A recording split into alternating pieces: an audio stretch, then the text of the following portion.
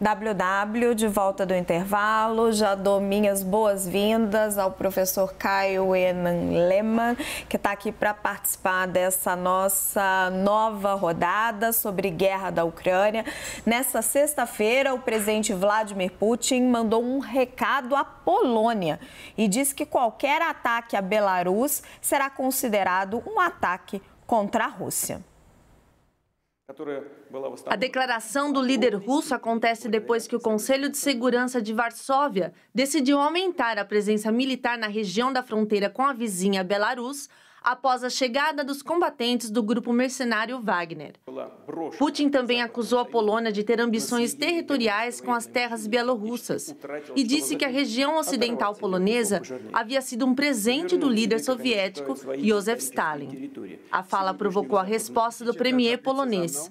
Em uma rede social, ele escreveu que Stalin foi um criminoso de guerra responsável pela morte de centenas de milhares de poloneses e que a verdade histórica não pode ser discutida. Em Moscou, um proeminente blogueiro pró-guerra russo que criticou o presidente Vladimir Putin e os seus militares na Ucrânia foi preso. Igor Girkin, um ex-oficial da KGB, que ajudou a Rússia a tomar a península da Crimeia e foi condenado por assassinato em massa por seu papel na queda do voo 17 da Malaysia Airlines no leste da Ucrânia em 2014, foi levado de sua casa na capital russa por agentes de segurança e acusado de atividade extremista. Girkin, que também atende pelo pseudônimo de Igor Strelkov, está entre os mais conhecidos blogueiros e correspondentes de guerra que apoiam a invasão da Ucrânia, mas que tem se tornado cada vez mais crítico em relação às operações militares russas. Vamos para a análise. Professor, a gente vê a tensão aumentando, né? O grupo Wagner quase provoca um motim ali dentro da Rússia, vai para Belarus, aí você tem uma movimentação na Polônia.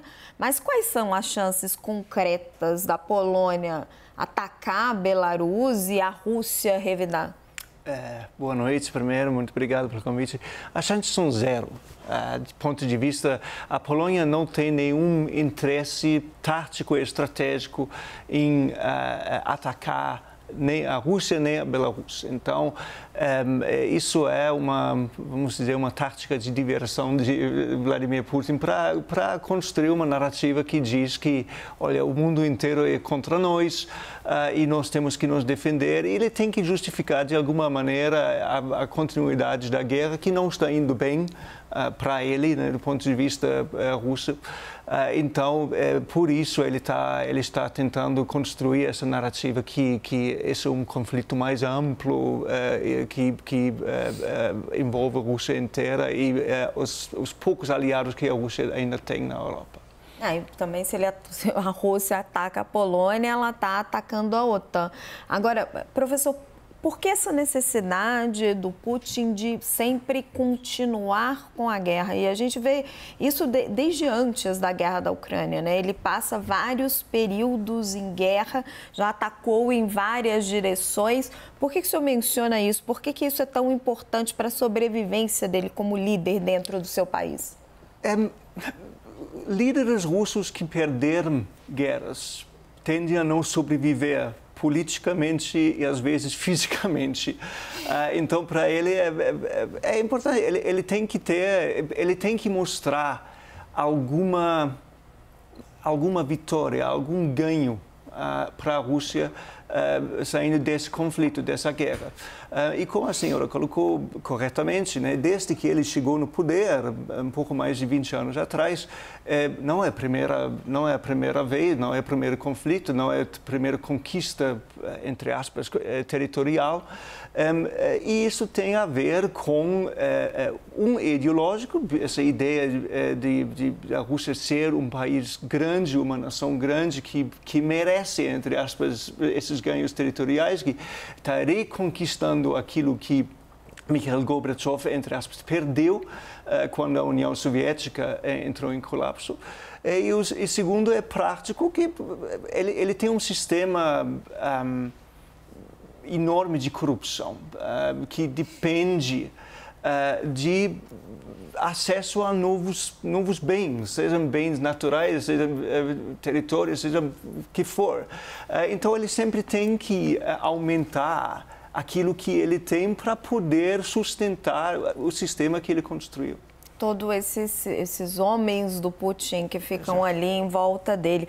Agora, professor, é interessante que o senhor mencionou essa questão do Putin lidar sempre com esse mito da construção da grande Rússia, né? E hoje tem essas falas muito emblemáticas, né? Estou até recuperando aqui, que ele acusa a Polônia de ter ambições territoriais nas terras bielorrússias e diz que tem uma região ali da Polônia que havia sido um presente de Joseph Stalin, no que o premier polonês reagiu assim de uma maneira muito intensa, dizendo que o Stalin era um criminoso de guerra e que o Putin estava reescrevendo a história. Sim. É isso que ele está fazendo.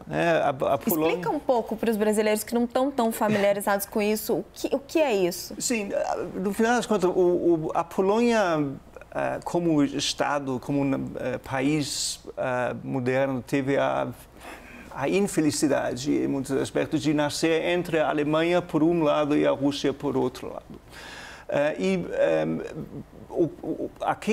Aquilo que ele está se referindo é de fato era de fato um pacto fechado no início da Segunda Guerra Mundial entre o então líder alemão Adolf Hitler e Stalin sobre a divisão territorial da Polônia entre a Alemanha e a Rússia, o chamado Pacto Ribbentrop.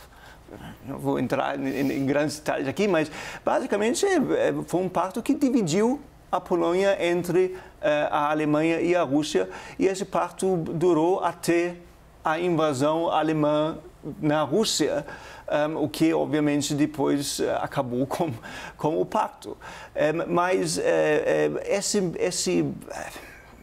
o mito que existe na Rússia em termos da Segunda Guerra Mundial, que a Rússia que salvou a Europa do nazismo, etc., e que com isso foi a Rússia que decidiu quem ficou como quê.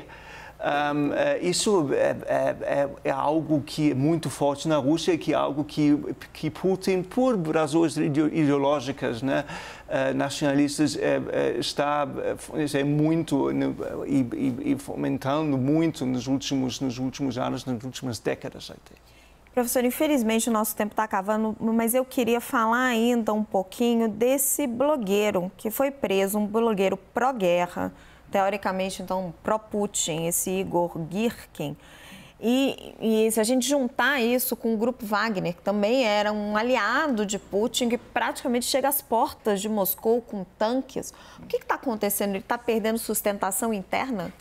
É interessante. Ninguém sabe exatamente o que está acontecendo lá dentro, né? Mas é interessante que os desafios ao Putin vêm não da oposição à guerra, que isso não existe publicamente, você não pode se opor publicamente à guerra, mas vem dos nacionalistas russos que são pró-guerra e basicamente que estão dizendo, olha, você prometeu uma operação militar especial que pudesse não chamava nem guerra, né? Exatamente, que era ilegal, né? É ilegal falar de guerra. É uma operação militar especial que pudesse tomar Kiev em 3 dias.